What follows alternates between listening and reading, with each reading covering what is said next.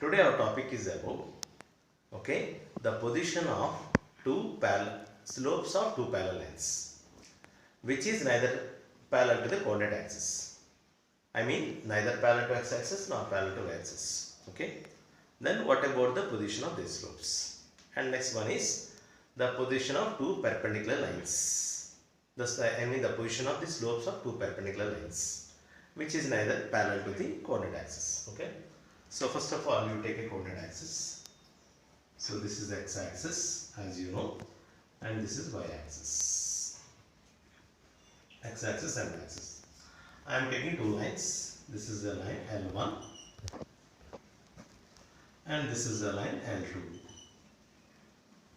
L1, L2. L1, L2. The slope of this line is taken as M1 and the slope of this line is taken as M2. Okay. Now what about the position of M1 and M2? That is our topic. Okay. As you know that L1 makes certain angle, you take it as theta 1 on x axis, and L2 makes certain angle theta 2 on x axis. So so here theta 1 is equal to theta 2. Why? These two lines are parallel to each other and x axis is a transversal intersecting these two parallel lines at two different points. If two lines are parallel to each other and a transversal intersecting these two parallel lines at two different points, then their corresponding angles are equal. So here theta 1 and theta 2 are corresponding angles.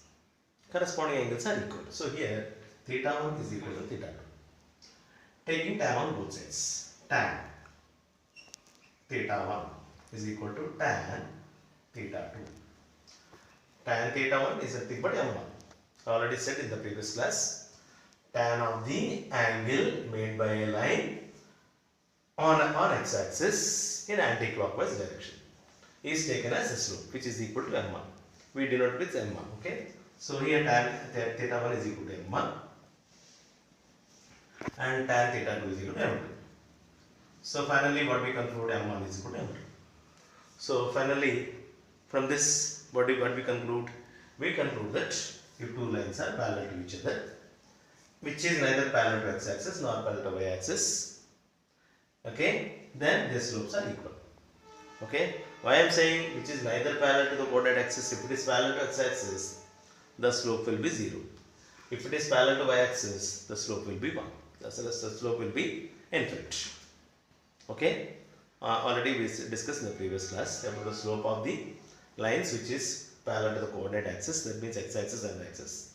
So that is why if these two lines are not parallel to x axis nor parallel to y axis, and both are parallel to each other. So if it is like that, the slopes are equal. So M1 is equal to M2. Okay. So this is the first one. Next. What about the perpendicular lines? If two lines are perpendicular to each other, which is neither parallel to the coordinate axis. Okay. Now I am taking two lines. Again I am drawing x axis and y axis. I am taking the line as L1. This is L1 and this is another line. This is another line L2. L1 and L2 are perpendicular to each other. Okay, perpendicular means making an angle of 90 degrees. Okay, so L1 and L2 are perpendicular to each other.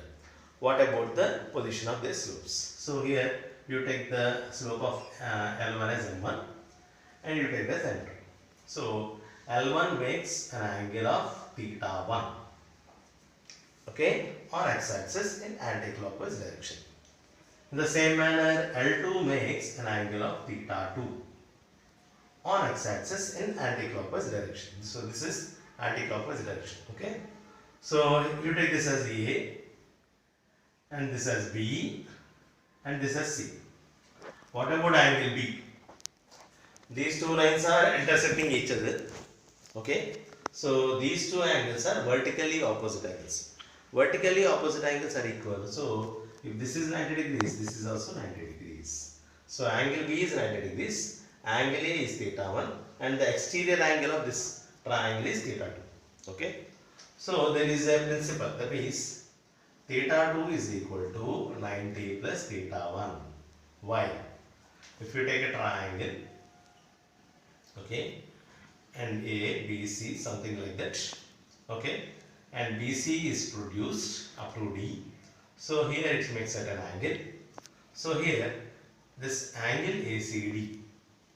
Angle ACD is nothing but exterior angle. This exterior angle is equal to sum of the two non-adjacent interior angles. That means angle A plus angle B.